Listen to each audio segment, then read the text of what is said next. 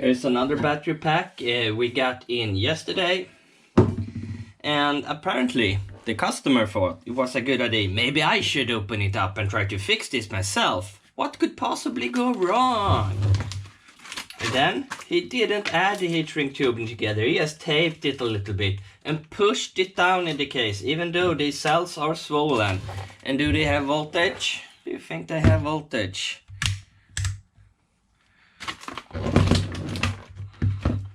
Do this battery pack have voltage? I will only be measuring half of the pack. It's 11.9, so it's like 24 volts. Maybe some of the cells are dead, but it's not dead. And what did he do? What did he do? This is a Philion battery pack. Cheap but crappy. The positive for charging goes directly from the positive. So let's just remove these ones. And the positive for discharging goes directly from the positive to a fuse, to an on and off switch, and it should go. No, in this case it doesn't go down to the bottom, it goes to this C13, C14 plug. So let's just remove this.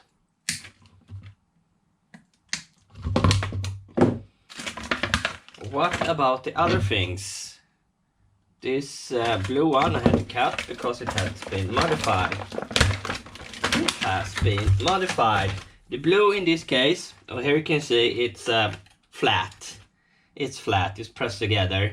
And the negative, can you see what the customer did wrong here? And I'm not just talking using some strange kind of plug I never seen, so I had to cut it open. Probably a hobby electrician or something like that. He connected the negative from the battery directly to the discharging port, bypassing the BMS. And why did he do that? Because there's absolutely no reason using a BMS. It's just a filler. It's just added for no reason into battery packs. You should always disconnect the BMS and bypass the BMS in your battery packs.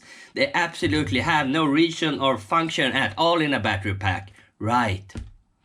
Or maybe there's a reason there is a looking at all these cells, checking if they are good or bad. And in this case, most likely some of these cells have low voltage. And of course they refuse to ride a bike and refuse to charge. And there's a reason for that. They can get even more swollen and they can catch on fire if you do not have a BMS. The only ones that do not use a BMS in a commercial battery pack are the idiots at BMC in Germany. However, they don't do this anymore, but they are famous for doing so, because they use Magic Cell that doesn't need a BMS. But this is a Philion battery and it doesn't have the magic cells that only BMZ can acquire. So this is not the first time some complete idiot bypasses the safety feature. How can this kind of person still be alive when you think they can just modify stuff like this? Oh, I'm so disappointed. And he didn't even try to solder. He just probably took something out of his electrical box in his home and plugged it in. Yeah, or bought something at Biltema. Not worthless, but you shouldn't bypass the BMS, you fucking idiot. Still, this is a cheap ass Chinese case. You were lucky that the charger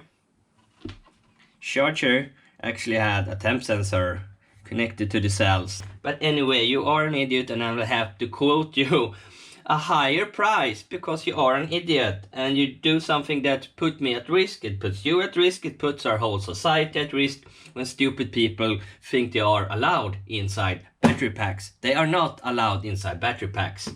This label says, do not open the battery pack. Do not disassemble the battery without technician's guideline. So don't modify the battery packs before you come into us with them. We will quote you a higher price, and if it's LiPo cells, we will not repair them at all. And then you're kind of fucked. So good luck with that. Please do not do this. This is not how you do this. Oh, silly.